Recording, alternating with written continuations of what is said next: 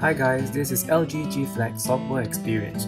You guys already know that the hardware spec is a stunning flamenco red curved phone that is allowed to flex no matter what weight you throw at it. The hardware buttons are still at the back like all G3s, and also the speaker, charging port and audio jack is at the bottom. In terms of software, this sexy phone packs the latest Android Lollipop 5.01 with the controversial Qualcomm 810 Snapdragon processor.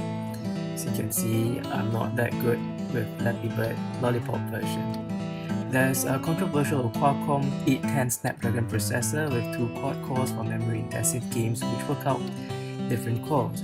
Due to the overheating issues, Flex 2 might be throttled so that phone won't heat up. Nonetheless, playing games with memory-intensive games like this tends to warm up the phone even with the usage of Google Maps and camera. The temperature went up quite high.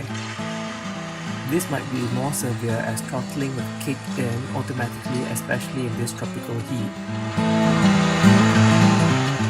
Nonetheless, video graphics and images looks good on this 1080p display. There isn't any issues under Bright Sunlight 2. Other games like SimCity Build It is fine when you are not running any apps at the back, but as you play along, you can see that there's a slight stutter and lag. Gaming experience will only be good if there isn't any running apps at the back. However, this is only the trial version. LG might have already updated their software by the time it's out. Then hitting home button often lead in slight lags. As you can see, there are many apps running at the background right now. Knock code is still here with the convenience of unlocking the phone without the screen on. This is a good feature to have. Smart Notice is another new feature. It will show up like a personal assistant if you need an umbrella or a cap for the weather today. It also gives tips on how to fully utilize the new function of LG G Flex and what it has to offer. So you just have to click on the Smart Tips and there you go, all the information for you is there. The new glance view allows users to take a quick peek to see the time and notification without having to unlock the whole phone. This is a new feature by LG and it looks good. Browsing the web using Google Chrome or the native browser is a breeze. There isn't any issues even with high-resolution photos or graphics on the website. Scrolling through the pages are smooth. Even dual window works great with the pre-selected apps, though I wish there are more apps for dual window. When both apps are running at the same time, scrolling them up and down with all the functions work with no issues.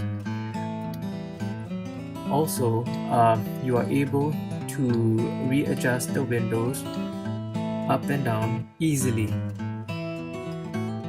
It also works with landscape and portrait as well.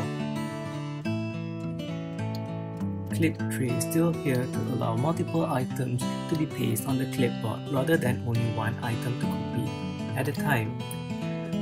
In this case, 2 items are copied, one a photograph and the other is text. There's no issue in pasting text, however, there are some issues with pasting photo, as it only copies the URL rather than the photo itself. I hope LG will look into this and improve Clip Tray.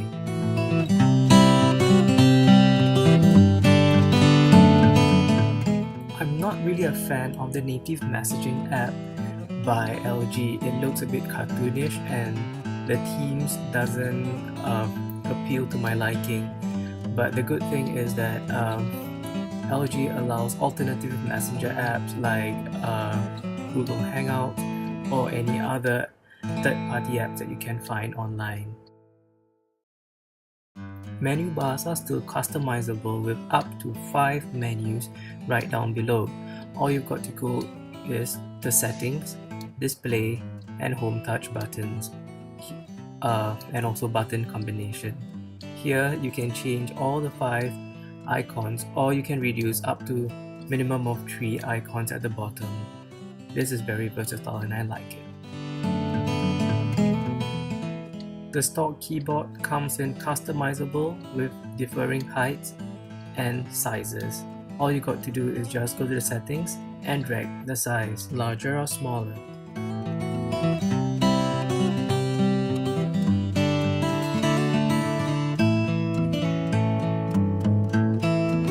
Right, let's see how LG G Flex camera does. Flex 2 has a laser guide autofocus just like G3, which is one of the fastest camera in the market. It can take photos seconds flat without any issues. As you can see, all those dots over there, it shows the autofocus areas, and let's say when you move on to another place, it will keep autofocusing. But the thing about LG is that it has a low saturation point when taking photos indoors. Here, the red colors appears to be a bit pinkish.